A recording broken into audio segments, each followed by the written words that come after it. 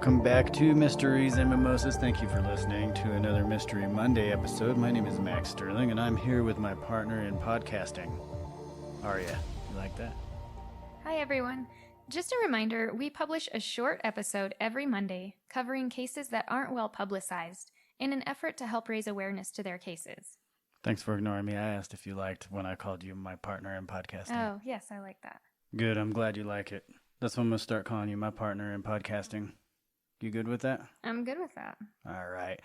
If you're listening to this episode for the first time, well, probably is the first time you're listening to this episode, Yes. But if you're listening to Mystery Monday for the first time, or in case you forgot, I am an actual detective by day and podcast hero by night. And Aria has an extensive history working with victims and working extensively with restorative justice. And you also have a background in law enforcement, which is pretty cool. Yeah. Before we get into today's episode, I want to give you an opportunity to speak a little bit about what restorative justice is, because we talk about it all the time and never really explain what it is. And so if you can just run us through what it is and how restorative justice is implemented. So at its core, just give us the Reader's Digest version of restorative justice. Sure. All right. I feel like I'm going to start calling you the Restorative Justice League. Wow. Yeah. You and your cohorts. Oh my gosh. Okay. Is that fair? Sure. Okay. Yeah. Onward. You're into Restorative this, Justice League. Superhero theme tonight. Okay. Lady. So, wow. So restorative justice is, well, it works alongside the traditional criminal justice system. And if you think about traditional criminal justice, we think about the law that was broken and the punishment that's received. That's what traditional criminal justice looks at. Restorative justice looks at the harm that was caused and how we can go about repairing that harm to the extent possible. At the heart, it is victim-centered, and it looks to bring the community, the victims, and the person who caused the harm together. And that can happen through dialogues or facilitated circles. There's several different ways to implement it, but it's designed to, like I said, try to repair the harm to the extent possible, that's caused during a crime. Okay. So let's say I harmed you. I am a bad guy, a criminal, and I targeted the leader of the Restorative Justice League, and I snatched your purse. And now I feel sorrow for what I've done, and I want to apologize. How does that work? How do I go about sitting down with you to tell you how I feel about my purse snatching behavior? So, I mean, it depends. Different states do it differently, right? Not every state has the opportunity to sit down and have a dialogue between the person who caused the harm and the victim or the survivors of the crime. Some states do, and that's a facilitated process, and it takes a lot of time. And you would have to be accountable, for your actions and the choices that you made. Yeah, and then of course that's all initiated by the victim if that's something they want to do. If it's something they feel will help them to find a path forward, then we can look at facilitating that. But it just depends on, there's a lot of factors that go into that. So it's best if it's initiated by the victim, the purse snatchee, if you will. It has to be. Has to be. Mm-hmm. And so when you, as the purse snatchee, you had your purse snatched, you're ready to talk. You're Mm-hmm. ready to hear my side. How does that work when you sit down with somebody? I mean, it's a process, like I said, that can take several months to a year. And that's meeting with trained facilitators on both sides separately over that course of time until those facilitators feel like you're both ready and it's a safe thing to have you sit in the room with one another for a one-time conversation. Okay. And the purpose behind the one-time conversation is? Well, it really depends on what the victim's needs are. Okay. What do they want to get out of it? Do they want to tell you, express to you how your actions impacted them? Do they want you to answer questions that only you have the answers to? I mean, I guess it what depends. I mean is, how is it beneficial to the victim And conversely, how is it beneficial to the offender? Well, like I said, to the victim, it depends on what they are looking for. But if they, if they if they have questions that only that person who caused the harm know, then they can get answers to those questions. Or if they just want to sit down and be able to put a voice to what they've been through since the crime happened. I mean, you and I both know that in the criminal justice system, victims don't get a lot of say so through the court process, right? They just don't. Their voices aren't really heard. They don't get that opportunity. So this is an opportunity for them to sit down and say, look, this is how I feel. This is what, this is the impact that this has had on my life. And so, I mean, like, again, it just really depends on what they're looking to get out of it. But hopefully at the end of that, they're able to just put down some of what they've been carrying and, find their path forward from there. And on the other side, conversely, the person who has caused the harm, I really feel like if they're able to sit down and face that, because that's got to be scary, right? For that person Sure, too, 100%. to sit down with someone that you've caused significant harm to, them or their family, and answer those questions or have that conversation. I think that having that opportunity for them to understand the impact that they've had, the impact that their actions, I guess, can have on other people, and to really look that in the face, hopefully it gives them some insight and allows them to make changes so that they don't cause any further harm in the future. Okay, but my understanding is it's not always feasible in every scenario that I'm picking up. Mm-hmm. I'm just kind of curious, can you please give us your opinion on whether or not you would, yeah, I guess what is your opinion on doing victim offender dialogue with sex offenses or maybe domestic violence? So, as you know, those cases are there are a lot of moving parts in those cases, right? There's a lot of manipulation that can go into sex offenses and domestic violence situations. And so to then sit those people in the room together, it might not always be a good idea, right? Because of that manipulation, at the end of the day, the last thing we would ever want to do is to cause further harm. And so those types of cases, while there are some states that do those cases, it requires a very specific skill set and a very well-trained person to do them so that you're not missing those signs. Like, is this person who caused this harm, are they still trying to manipulate this situation? Are they wanting to do this to sit down with the victim just to have the opportunity to cause further harm or to manipulate? And Sure. and that can be in any case, I guess, but specifically with sex offenses and domestic violence. That's something you have to have on your radar. You absolutely do, and you have to be trained to really see those things. Yeah, that makes sense. And lastly, before we move on to today's episode, I think in law enforcement, there's this stigma where people think it's super offender friendly. And as we know, it's a big, huge opinion that offenders in today's society have more rights than victims, which I would tend to agree with. But a lot of people think that this is just a little bit too far over the edge, right? But they don't know enough about it. And I kind of had that opinion too before you got into doing restorative justice, and I really knew what it was about. Yeah, I think that's what it comes down to, is that people don't know what it is. Well, you know what I mean? They might have bits of information from here or there, but they don't really know what it is at the core. And what it is if it's done right, it is victim centered.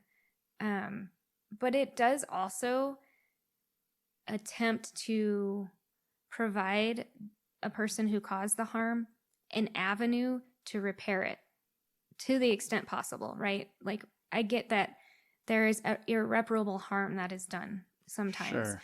but all we can do is do our best to try to repair it to the extent possible.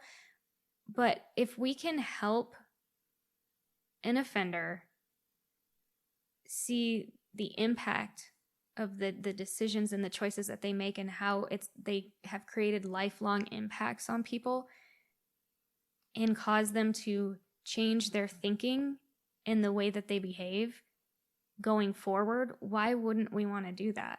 I don't understand this whole thing with people saying, well, it's this and that. They should just go to prison. And okay, yeah, okay, they're in prison, right? So what now? You just want them to sit there for their time and then get back out and be the same person they were when they went in? Or do you worse. Right. Or do you want to try to do this work to allow them to make those changes? And I'm not naive enough to think that this is like some magical thing that works for everyone. I know that it's not. But why wouldn't we try as much as we can so that when that person, because, you know, a high percentage of the people who have caused the harm are going to get back out into our communities and they are going to live where we live.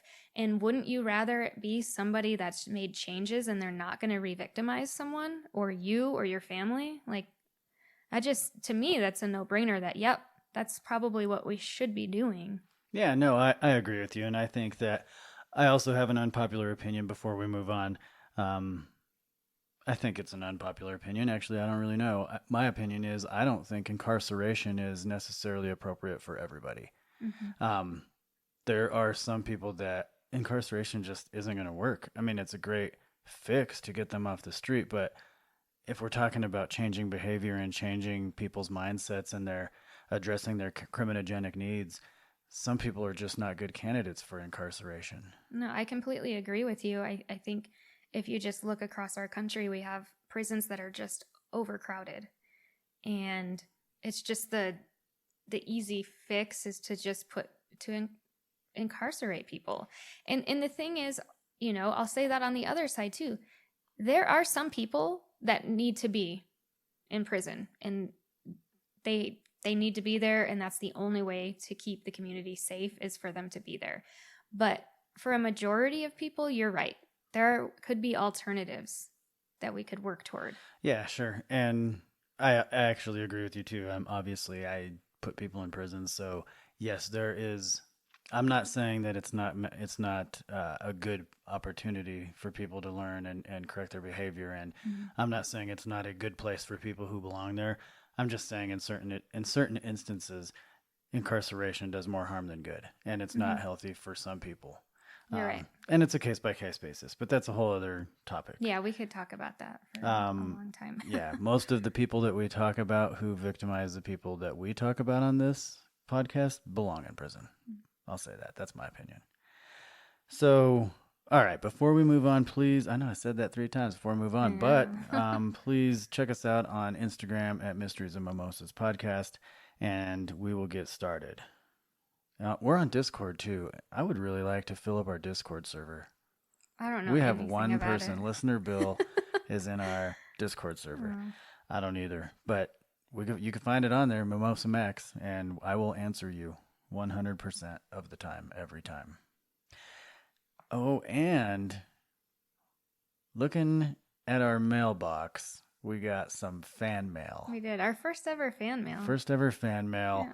Came in the mail. It was a package. Mm-hmm. We've already opened it, and I'm excited. It has to do with our trivia, and you got it wrong. It was the trivia over Airheads, candy Airheads, and we got a 60-pack of a variety of flavors of Airheads. Yes. And on the card, it said, to my favorite co-host, Aria the Airhead. I'm just kidding. It didn't say that. It was from J and D, and thank you so much for the Airheads. I've got them right here. Yeah. And I'm gonna eat them, all of them. You don't get any. No way. Because you lost. No, they're like my favorite. I'm gonna hide them from you.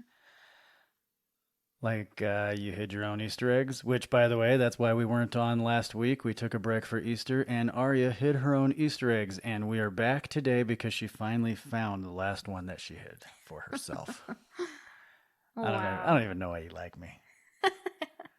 Okay, are you ready? Yes. Today's case is from a small town called Vernon, Florida. Located in northwest Florida near Tallahassee, Vernon is a super small town. So small, in fact, that according to the 2020 U.S. Census, Vernon's population was a mere 732 people. Wow, that's tiny. So tiny. In addition to the small population and rural, small town atmosphere, Vernon, Florida is on the map for a very sinister reason. Care to guess? No idea. Apparently, in the late 50s and early 60s, Vernon became known as Nub City. Yeah, you heard it here. Nub City. Okay, without even knowing for sure moving forward what this is, does it have to do with alligators?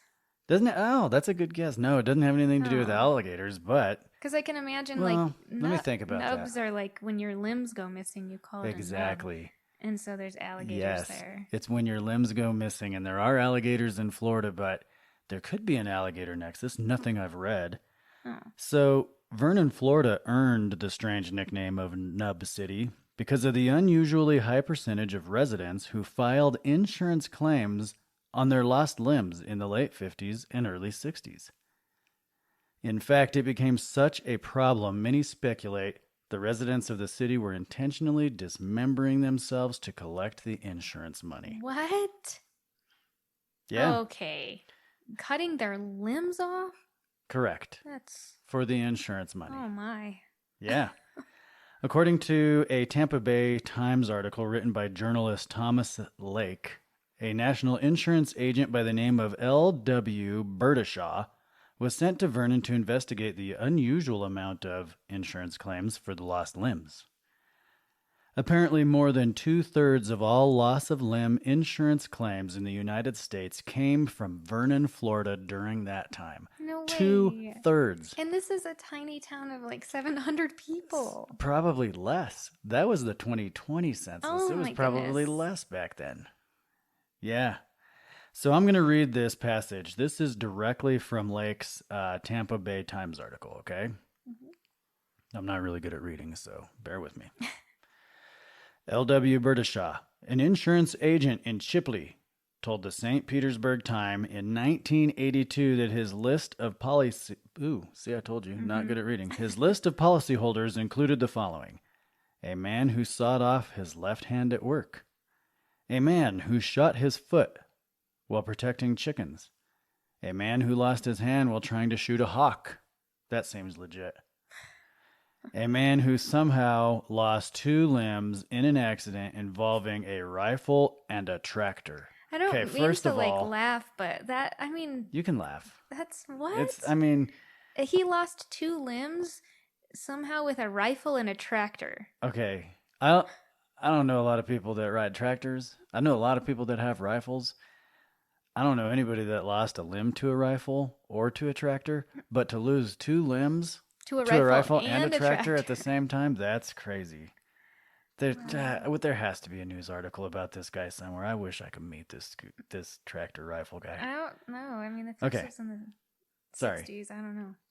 And a man who bought a policy and then less than 12 hours later shot off his foot while aiming at a squirrel. Okay, suspicious, right? He just bought a policy and then he loses his foot. Yeah. And that's the thing is all these people, like it's like it almost seems like it just caught on, right? Like one person was like, I don't really need this hand. I'm going to take out an insurance policy. Like somebody's and like, collect the money. Hey, Bob, oh, you got a new car?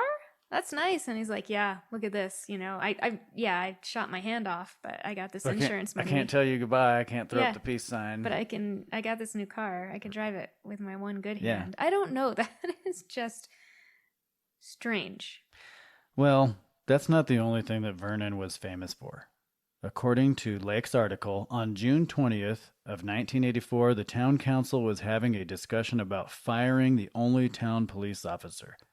And when a former schoolteacher spoke out against the firing, the council president slammed the gavel down, adjourning the meeting, stopping the school teacher from saying anything. Mm. I wouldn't believe what happened next if I didn't watch this YouTube video, and we'll have to find it and link it because it's actually quite hysterical. So, here's the best that I can describe it.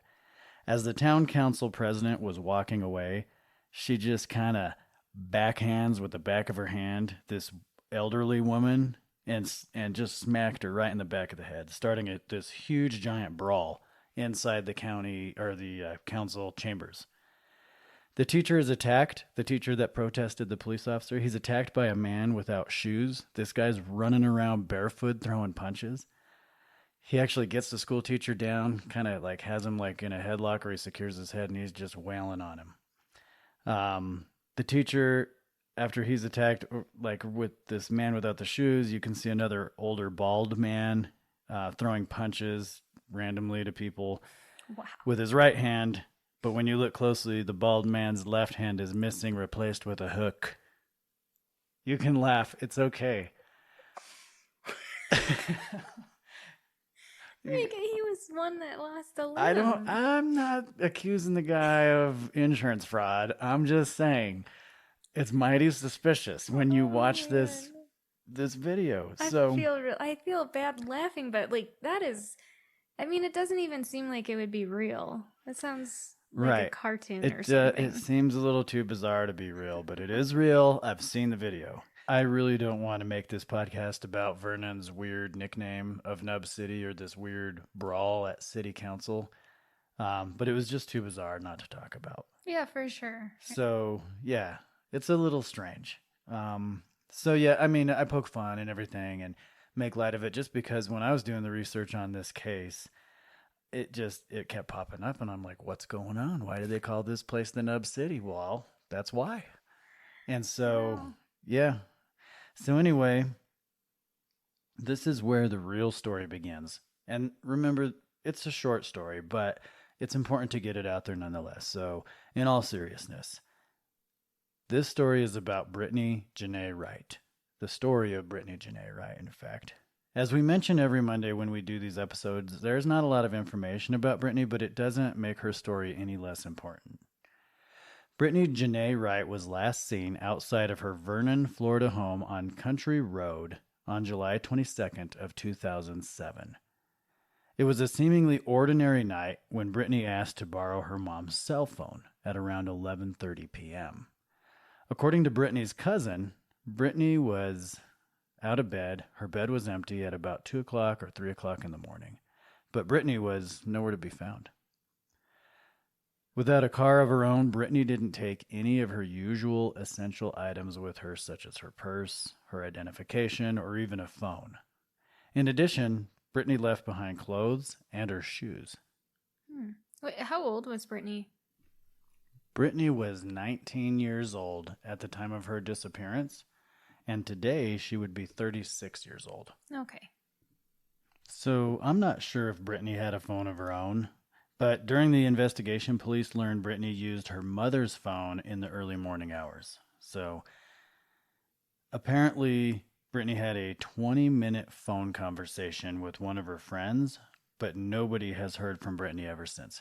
There's no information that I can find anywhere which friend this was, what the context of the conversation was, but she has a 20-minute conversation with a friend using her mom's phone, and then she leaves.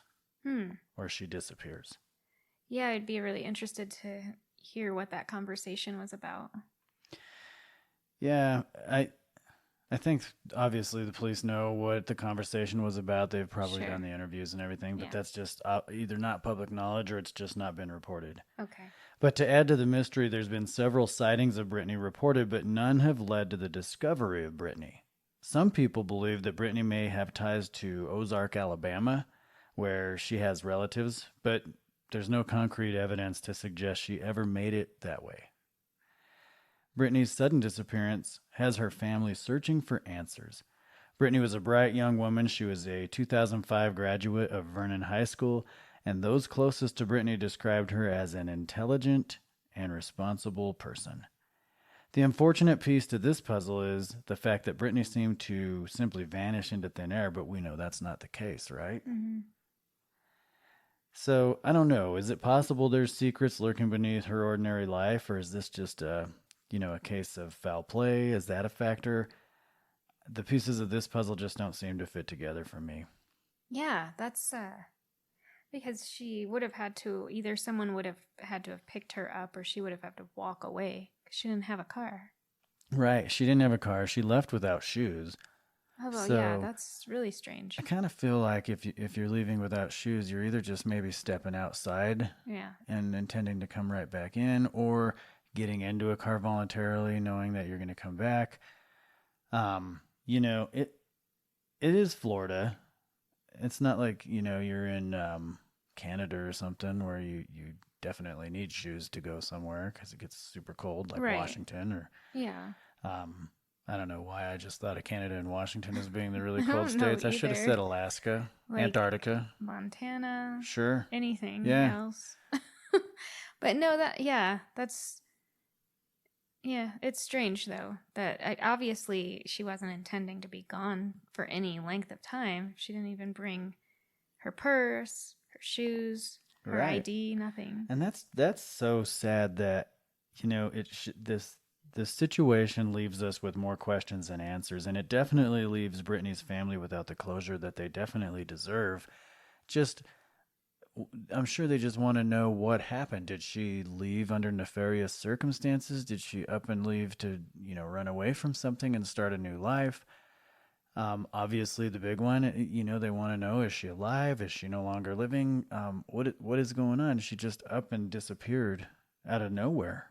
Yeah, that's really hard on a family to not only lose someone that you love, but to have no idea what happened to that person, and you don't know if she's okay or if she is deceased. Well, yeah, and it doesn't sit well, obviously, with the family and everything, but like we always talk about it, it affects the whole community. And in 2020, it was 732 people, I think Mm-hmm. is what I said.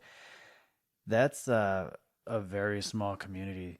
Something like this is going to impact a lot of people, Yeah. right? I And mean, that's going back to, what I was talking about earlier with trying to repair the harm and all of that, and involving, the community and the victims and the person who caused the harm. Because as some of these crimes and some of these cases, of course, they affect that immediate victim and that victim's family.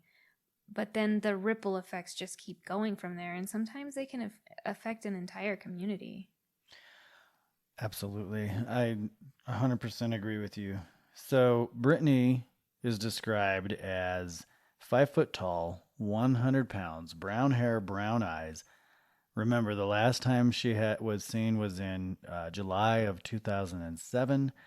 And if you have any information about Brittany or Brittany's whereabouts or what happened to Brittany or any information, even if it's just a little tidbit of information you think isn't helpful, it definitely could be. You are asked to contact the Washington County Police Department at 850-638-6117. Okay. So Washington County. So I take it that the one Vernon police officer did get removed, and then they don't have a police department anymore. Not necessarily. I mean, it's typical for smaller agencies when they don't have the resources, like when you have one police officer. Mm-hmm. They may not have the resources required to do a missing persons case. So sometimes they'll ask for outside help, and if the Washington County in Florida is big enough to take on that task, then they would definitely That's true. take it over. Yeah. That's why you see a lot of times some of these cases will get turned over to the FBI.